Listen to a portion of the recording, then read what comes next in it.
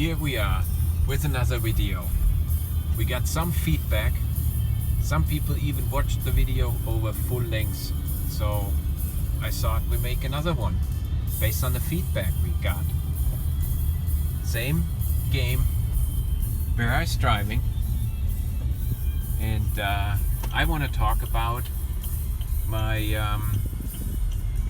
Android head unit installed here in the Discovery.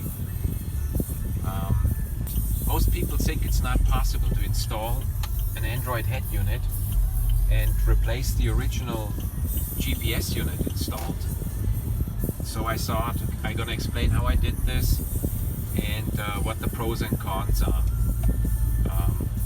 Hopefully that's interesting for you guys.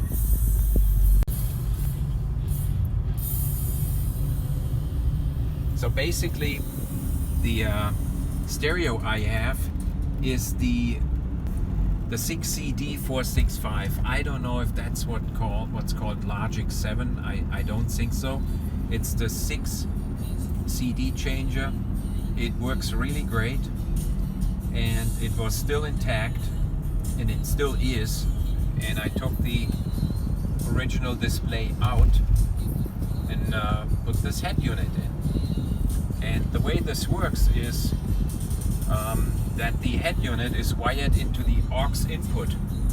So right now the stereo is at aux, and I can use the volume control to get the volume up and down, which also means that the steering wheel controls are still working, and I think that's a nice benefit. I basically use the original stereo as a radio, and I use the Android head unit to play Bluetooth music, and also to use it as a hands-free phone system connected to the iPhone here. It's over Bluetooth, so the wire plugged in is only a charging cable. And the head unit also has an external microphone up here, because in those Chinese made cheap head units the internal microphone doesn't really work. It's right here and it doesn't work.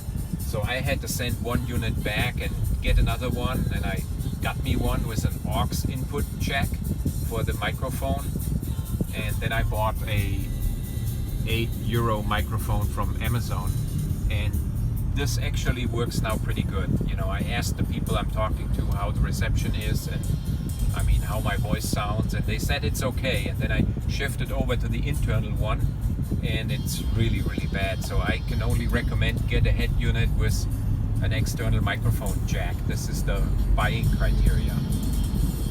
So what this head unit also has is a DAB plus memory stick insert, inserted into the USB. The DAB plus comes with the software, and you install it on the Android head unit, and basically you side load it, because the installation of these Chinese units is not very comfortable. You can't really do an update over the internet or install it over the web store. All this stuff doesn't work. So it's a side installation for the DAB plus memory stick, and it also has a side installation for the OBD2 interface. So there is one I can plug into the service port below the steering wheel on the Discovery, and then I can run the torque program on here, and I can get some gauges and get some functionality, but not the full functionality, because Landrover uses special OBD2 codes, and I didn't spend any money on the software. But this works also, and this thing is quite nice actually from its software, even if it's Chinese. It got a whole bunch of programs installed when you get it, and it uses the cell phone Wi-Fi hotspot over wireless LAN, and you can run Google Maps, and you can also, it also has a navigation software installed. It got a GPS antenna, So everything you would expect is included for about 120 euros, plus the DAB plus radio adapter, plus the antenna, which is a stick on the window antenna, and then so it adds up. By the time you're done, you spend about 200 euros to get one of those cheap Chinese units installed, and they got a couple of flaws I want to talk about too. Now, in regard to the installation, it started out by removing the original unit, by taking out the center console plastics here. This is all clip-in and easy to take out, and there are videos on YouTube on how to get this thing off without breaking it. That's really easy. Then it's a couple of bolts and a couple of connectors, and you get the original unit out. And from that point on, you have to disconnect the optical fiber bus of the head unit, of the original head unit. And this fiber bus will basically disconnect your amplifier in the Discovery 3, and it will, basically make your optical fiber bus malfunction. And how to fix that is by plugging in a jumper cable from Amazon for 9 euros. It's a jumper plug, and it basically brings the two fibers back together so that the system doesn't create any fault messages and the bus is still running. So that's a crucial piece to install when you take the original unit out. That's the first step. And then the connector going into the original unit holds all the necessary cables, so permanent 12 volts and ignition key 12 volts and the other signals. All of that is available on the original connector, and I didn't cut the connector off. I made like a little adapter plug out of a 2.54 millimeter circuit board connector. You can get for about 9 cents in any electronic shop, and that and a little bit of glue gun. Glue was required to make my own plug to plug into the original connector, so that I can always go back when I ever gonna sell the vehicle, which is not gonna happen. But I think that's just cleaner than cutting open the cables and using shrink wrap and wire ties and getting the connectors together, getting the cables together. Once the original unit is removed and a connector has been made and the pinout is identified on how to wire it up, you need to mechanically mount this. That was actually the trickiest part, because you don't have any guides on where it needs to be. You can kind of see here that there is a slot, but it just fit in without cutting the plastic, and all I had to make is some brackets, and those brackets out of aluminum. That was a lot of work, walking back and forth between the car and the saw and the grinder and getting them to fit. Eventually I got them to fit, and I could install this thing final and put the cover back on. So it's a few hours work. I always wonder how people do this like in 20 minutes.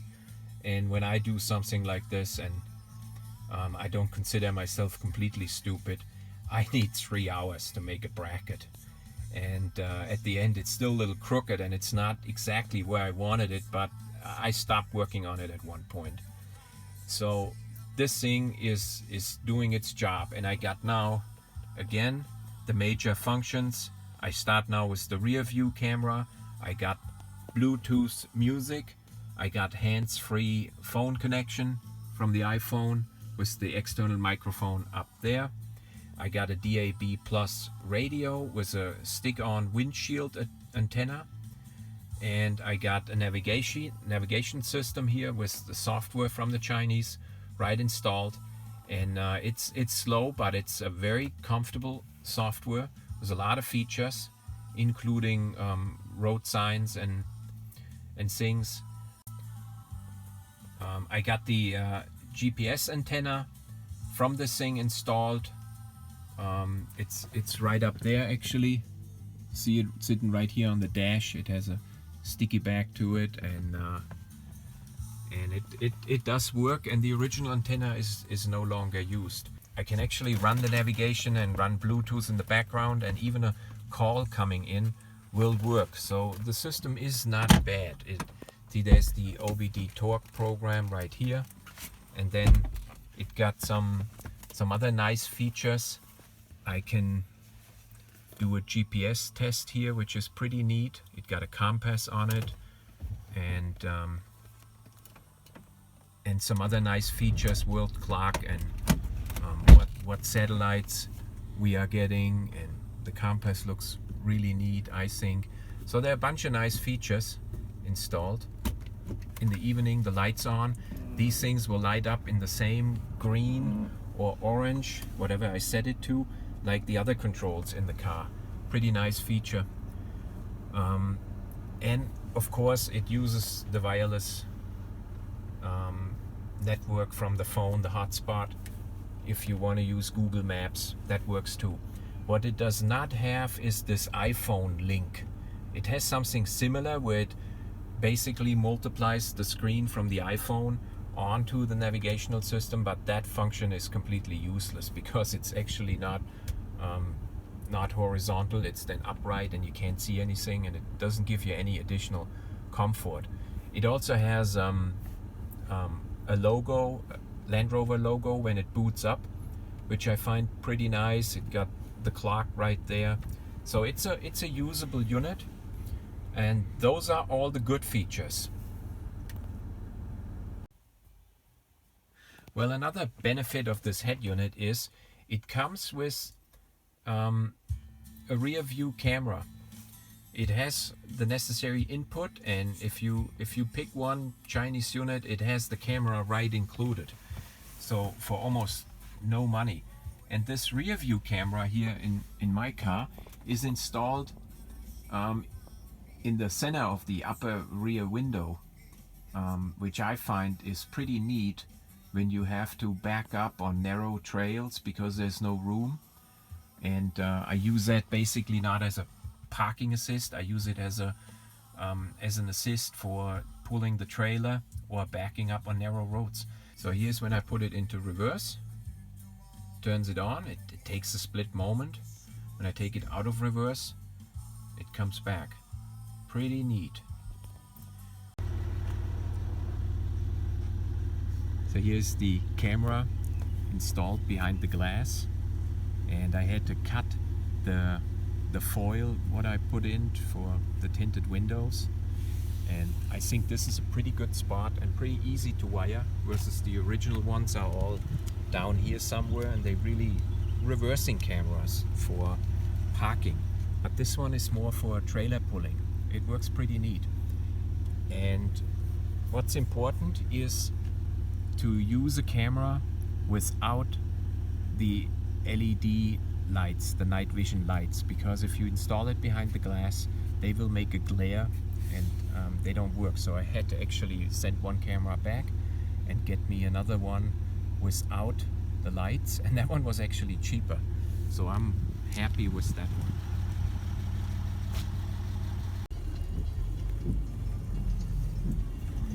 Okay, but unfortunately there are not only good things about the cheap Chinese head units.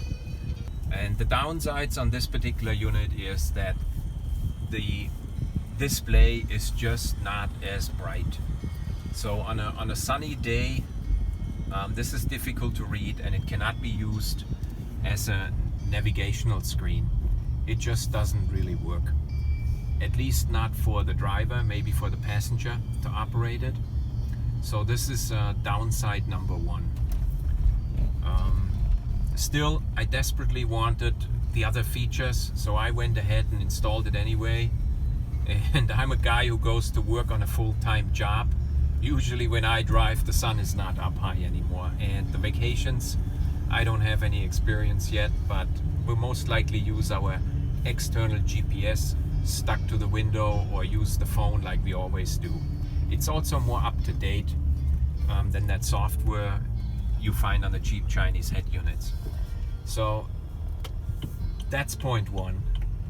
Point two is this thing generates a lot of heat, especially when you run a lot of programs on it simultaneously. And to my surprise, it generates even heat, even though I don't have the amplifier used out of this thing. It's supposed to have a 4 times 45 watt amplifier in it to hook up speakers. They are not used because I run it into the aux in from the cinch connectors, and then I use the original unit as an amplifier. So that is surprising that it generates so much heat, and I'm actually glad that I left this slot right here, which originally I wanted to make like a little bezel or something, and that's where I felt the heat. And I thought, oh geez, I'd rather leave this open before I gonna get some burnt plastic. So it is getting hot, and I contacted the manufacturer over Amazon, and of course in broken English they wrote back that there is no fire hazard absorbed from the system. Obviously that's what they do. I'm not complaining, I'm gonna keep an eye on it, but it is getting hot. The next feature, what bothers me in the daily driving most likely the most, is when you start the car, when you turn the ignition on for the first time, it doesn't memorize the last volume setting, and I have to hit immediately the volume up button to get it to full volume in case somebody calls me or whatever, and then this bar goes over here, because if I would be taking a call from somebody and I don't have this button hit, I don't hear anything, and then I panic and I may crash the vehicle. So every time I start the vehicle, I hit volume up a couple of times or hold it depressed to get the volume up. So that is a real downside, and I wish there would be a fix for it, but I couldn't find one so far. Most people think it's the 12-volt permanent power lead not connected correctly, but I already verified this. It is connected correctly. So biggest downside, I would say, I gotta hit that volume key. The next downside, which is probably fixable by throwing money at it, is the stick-on DAB plus antenna. What you're supposed to put on a windshield doesn't work in a Discovery. It has to do with the type of glass, thermal insulated glass, and also with the fact that the windshield has a windshield heating installed. It has these little wires. At least that's what people say on the Disco 3 UK website, and that sounds plausible. So I took the stick-on antenna back off, and I took it all the way to the back window, right away back there somewhere. I got it installed on the side. I'm gonna try to get a better view later on, and that made it work a lot better, but it's not working in a way where I can drive around away from the city and get permanent reception. So DAB Plus only works here in the city around Darmstadt where we live, and that is a downside. But there actually is an antenna on the internet available, which is called a shark fin DAB Plus antenna for about 70 euros. And then there are people I found on the Disco 3 UK website who installed this shark fin antenna already, replacing the original one. But again, that comes with a few other downs, which is the original antenna in the back of the roof on the top is the GPS receiver.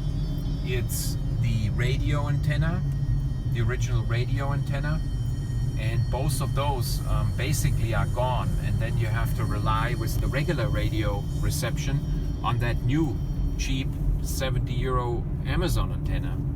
So I don't know how this is going to work. I was reluctant to try this, but I will have to do this if I want to get permanent DAB Plus reception, because a window antenna don't work here in a Discovery. That's what I found. And another thing bothering me from time to time is that the touch function is not very good. It's not sensitive enough. So you have to hit the keys a couple of times, sometimes, especially around the corners. The icons actually work pretty good, but around the corners you have to hit them a couple of times, and they're hard to get to. They're also small. They're not really usable for in-vehicle operation, and you have to take your eyes off the road. That is a downside, a safety hazard. Like here is the key to go back, and back there is the home button. You have to be pretty accurate not to hit the off button when you want to hit the home button while driving 80 miles an hour. So that could be done better. I think people would be able to actually replace the head unit software, but this is above my head. I'm not an Android guy. I got Apple products, and I don't want to dive that deep into this unit. So this is still in trial for me, this unit, but the trick to wire it to the aux input and using the optical fiber jumper cable is the way to hook it up. And it's easy to do. It's an easy install. I'm pretty sure anyone can get this done. And instead of making brackets like I did, a bunch of super glue would probably, a bunch of hot stick glue out of a glue gun would probably do it. So hopefully this is some interesting information for you. And if you like it, let me know in the comments. If you have any questions to the products I use, I'm gladly answering those as quick as I can. And hopefully you will also watch my next video. So, oh, you got to get into the driveway now. So, what do you say about our head unit? Was soll ich sagen? Wir blockieren erstmal.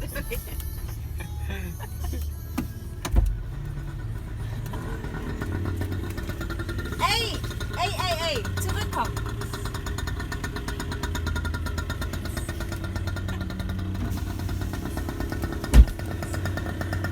Nicht 11 Uhr.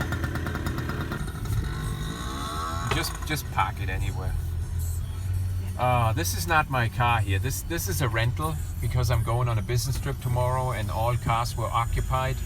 So they got me this little C3 rental car. I gotta drive an hour 15 to go to Daimler, and I'm sure I'm gonna enjoy this vehicle.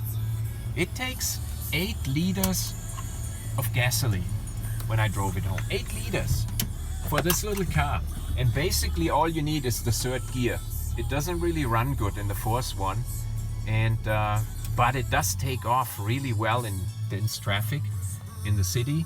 So, you know, going 0 to 40, it's really good. It's very dynamic, and the interior is well designed and a lot of features what you don't have in a car from 2006. Now, how do you like your cell phone mount here? Oh, that's really nice. That's good, right? That's and Bluetooth radio is also really nice because my Freelander doesn't have it. Yeah, and that's a self-made cell phone mount. Take it out. Yeah. Basically, it's a little bit loose. It's a little bit loose. That's not good on my video. If this is now a little bit loose, I mean, this is quality made by me. No, actually, I broke one. I lost one of the metal clips which holds this piece on when I installed the Webasto heater controller. But this is a piece of sheet metal, and it's bolted and glued from the backside to this trim, and then it has an Amazon $3 mount. And I think this position is perfect because out of the driver's view, it's not in the way of anything. You can still see the full stereo. It's not blocking the vent, and it's not behind the steering wheel. This is a good position in a Discovery, and it's cheap made piece of aluminum, some tape wrapped around and stuck onto the trim here. Except that I broke this clip, and they are expensive, so I couldn't find a cheap source for those. I think that's a nice feature. Yeah, and are you using the Bluetooth now? All the time. Yeah? When I'm driving this car. Yeah. Yeah. And you don't want to have one in your Freelander? No, Why not? because then it's not original anymore. And You know? and what is if I make it so the steering wheel's control will still work? Yeah, I don't know. I want to keep the Freelander like original. All right. I guess there's no work for me to be done there. Yeah. So that's it in our video for the cheap Android head unit.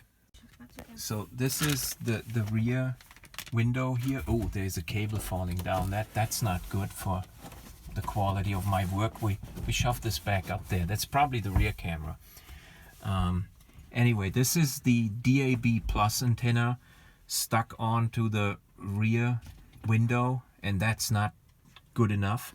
It has a big ground cable below here, so I had to take this trim off and free up some metal here, get the paint off, and then I installed this, and it does work, but not here in the area where we in the countryside. So you want this thing off for putting on the bike rack. Ah, Jesus, it's heavy. It's heavy. There you go.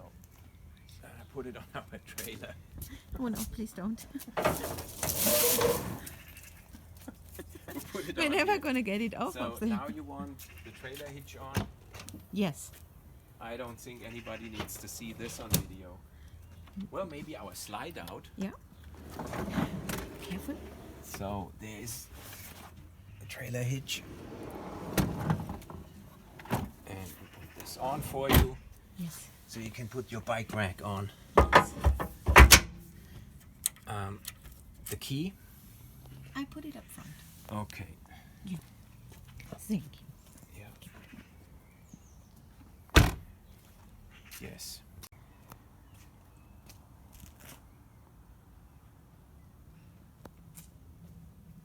I guess this is a vehicle for people who don't want to spend a ton of money and they want to have a nice interior and no trouble with the car. That's probably the right vehicle. But if I would win it in the lottery, I would put it up on eBay on the same day, and right below the ad, the key is on top of the tire. If you like it, put the money in my mailbox and take it. And then I would buy me an old Landrover from that money. But that's just my opinion.